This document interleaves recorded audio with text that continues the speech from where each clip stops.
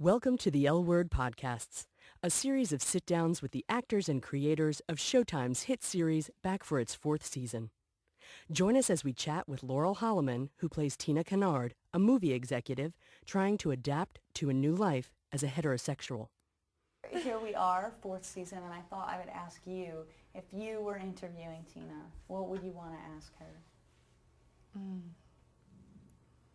If I was interviewing Tina, I would ask her, why can't she get her shit together and just work on the relationship she's in instead of going off into something else? And why go back to men when she knows it's not going to work? Where does this season pick up? Where do we find Tina? Are we going to see her and Bet in court? This season picks up with Tina being very angry about what's happened with Angelica, and she's really angry, and she's kind of basically still in the relationship with Henry. And I would have to say the first 6 episodes, you don't see very much of Tina because she's just not hanging out with other girls so much. So she's kind of a big question mark this season until the end. Well, she has been ousted from the group a little bit, or at least she interprets it this way. Right. Why? Or there could be that there's so many characters. Everyone's on the show for 2 minutes. Yeah, so you get a little window. So, why is she on the fringe? I think she's on the fringe of everything because not so much that she was pushed away by everybody. Every character has a different, they treat Tina differently. I would say that like Shane doesn't really push her away, and some characters are more judging. Jenny is very judging to Tina. She's got a very newbie energy where she's very black and white about everything, and I think Tina sees things in shades of gray, and I think she also sees she's forgiving to a certain degree, and I think she's also trying to get a hold of her life outside of this group and see what her existence is. And I think in some ways it's a growing point for her and maybe a good thing, even though it's painful. But her job is going really well, and she's working a lot, and she's becoming full circle. She's not depending on Henry. She doesn't live with Henry. She lives by herself, and she's sharing custody. Have I given away a storyline? I don't know. And she, in some ways, I would say, even though I'd say a lot of it happens off screen, is probably a time where she has actually become the most independent, because when she was pregnant and she was dating Helena, she really wasn't as independent as she could have been. So I think it's almost a good thing that she took time away, and then she was maybe not feeling so included. Right. So I think there's some good results in that. Yesterday, Jennifer was telling a story about having gone on YouTube for the first time and looked up, I don't know, either herself or Bet and Tina, and watched a video that a fan had made. And by the end of it, she was crying and wanted them to get back together. What do you want for those two? Are they still a reality? To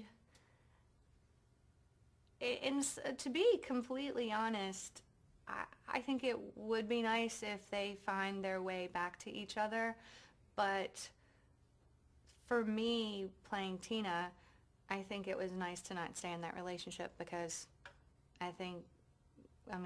you wouldn't know that much about Tina. I mean, you still don't. You don't know who her parents are, that kind of thing. But I just think that it might have been smothering if she'd stayed in that relationship. And I think in some ways that it would be good if they got back together, but she has to grow up, and she has to fend for herself a little bit, and I think Bet has to grow too. I think it's one of those things where I think the beginning of sharing the parenting, being parents that are sharing custody, is the beginning of the two of them starting to behave like adults. Right.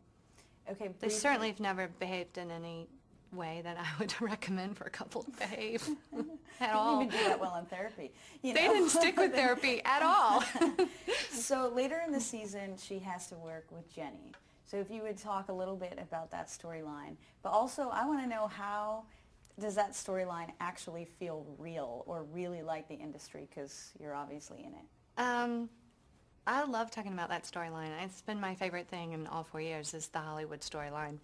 I think because we all live in Hollywood and we've been in the industry for so long, it's great to tell the story, and it has a lot of humor in it, and I think it shows the way Hollywood is and all the superficiality and the shallowness and the trendiness, and I love that we're also showing my character and her intelligence and her ability to read a script or break down a script or see what a good movie is and have strong opinions, and I get to work with Mia Kirshner, who I haven't really, you don't see Tina and Jenny together that much, and our characters are very different, and Mia is so much fun to work with, and she's just loose and fun, and we love to make stuff up, and I think that's been kind of my favorite thing, and I think she has a similar take on what the excitement of telling this Hollywood storyline. It tones down the sort of soap opera relationship aspect of the show and puts in a new angle, which is an important angle because we do live in Los Angeles, and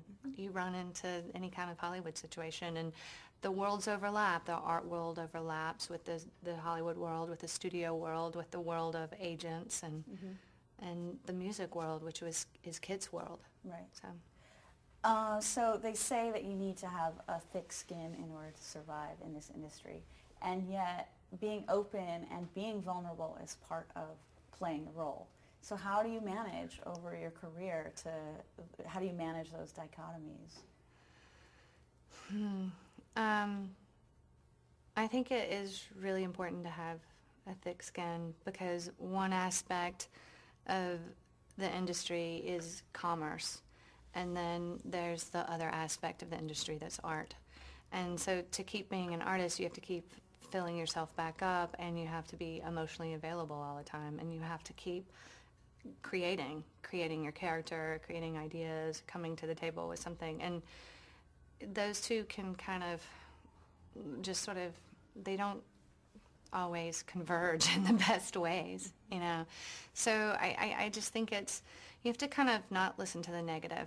That's one of the first things, is just sort of don't take in all the negative, especially from the industry side of it. You're not this enough, you're not that enough, or, you lose out all the time to more famous people, and just sort of keep your eye on what it is that makes you individual, and what makes you unique.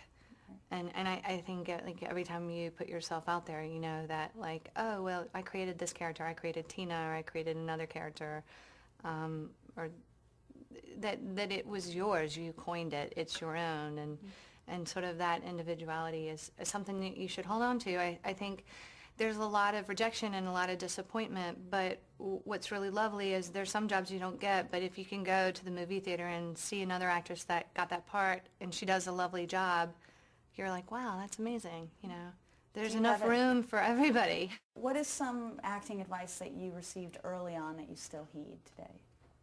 I think early on I had one coach, this amazing coach, John Lynn. He's coached tons of really fantastic actors. He's retired now. And he pretty much said that if you're going to walk on to a film or TV set, know your character inside and out. So if you were given any new script or you had to improv, you could make all those choices right then and there without having to think about it. And that was the difference between theater, where you might spend 5-6 weeks trying to figure out what a character is, and film and TV, you pretty much have to come in with that character. You're not going to be figuring it out once the camera rolls. You have to know it. So it's a different style. Right. What's one place that you've been because of your career that you just couldn't believe you were there? One of those I can't believe this is my job kind of moments.